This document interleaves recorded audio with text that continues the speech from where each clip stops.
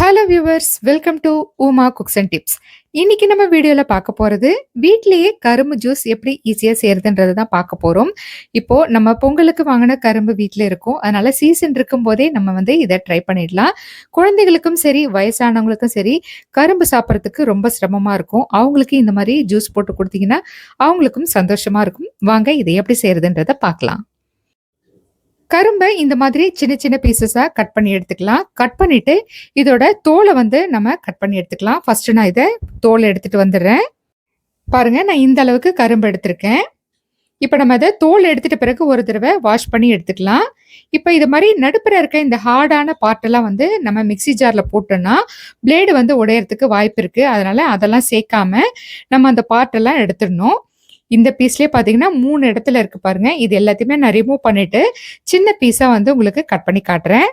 பாருங்க, நான் காமிச்ச கரும்புல பாதி அளவுக்கு தான் ஜார்ல சேர்த்திருக்கேன். அதுவும் நல்ல சின்ன சின்ன பீசஸா கட் பண்ணிருக்கேன். இதை கட் பண்றதுக்கு ரொம்ப ஈஸியா தான் இருக்கும். தோல் எடுக்கிறதுக்கு மட்டும்தான் கொஞ்சம் சிரமமா இருக்கும்.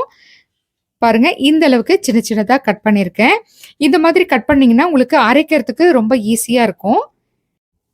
இப்போ இது கூடவே ஒரு துண்டு இஞ்சி நம்ம சேர்த்து அரைச்சிக்கலாம். நான் காமிச்ச மொத்த கரும்புக்குமே சேர்த்து இந்த அளவுக்கு இஞ்சி தாங்க சேர்த்துக்கிறேன். இப்போ நம்ம இதை தண்ணி ஊத்தாம அரைச்சி எடுத்துட்டு வந்துடலாம். இப்போ இது மாதிரி ஒரு வடிகட்டி வச்சு நம்ம வடிகட்டிக்கலாம். இது மாதிரி ஒரு கரண்டி வச்சு நல்லா ப்ரெஸ் பண்ணீங்கன்னா உங்களுக்கு ஜூஸ் ஈஸியாவே ரிலீஸ் ஆகும்.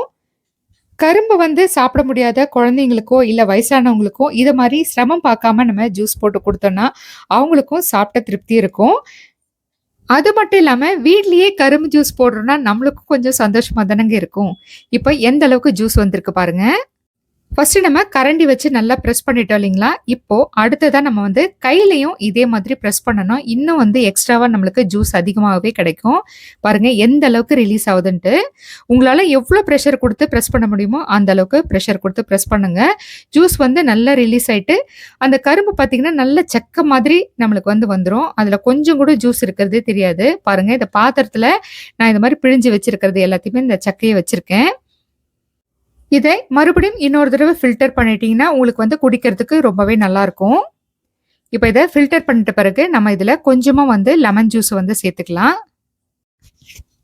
ஒரு 4லேருந்து 5 சொட்டு போல சேர்த்தா போதுங்க. இஞ்சியும் இந்த எலுமிச்சம்பழ சாறும் நீங்க சேர்த்தீங்கன்னா தான் கடையில சாப்பிட்ற அதே டேஸ்ட் நம்மளுக்கு கிடைக்கும். உங்களுக்கு ஐஸ் கியூப்ஸ் வேணும்னா இதுல ஆட் பண்ணிக்கலாம். நான் சேர்க்கல. அவ்வளோதாங்க, பர்ஃபெக்டான சூப்பரான கரும்பு ஜூஸ் வீட்லயே தயார் பண்ணியாச்சு. நீங்களும் இதே போலவே சீசன் இருக்கும் போதே செஞ்சு பார்த்துருங்க. இந்த வீடியோ உங்களுக்கு பிடிச்சிருந்ததுன்னா லைக் பண்ணுங்க, ஷேர் பண்ணுங்க, கமெண்ட் பண்ணுங்க. புதுசா பார்க்குறவங்க மறக்காம சப்ஸ்கிரைப் பண்ணிடுங்க.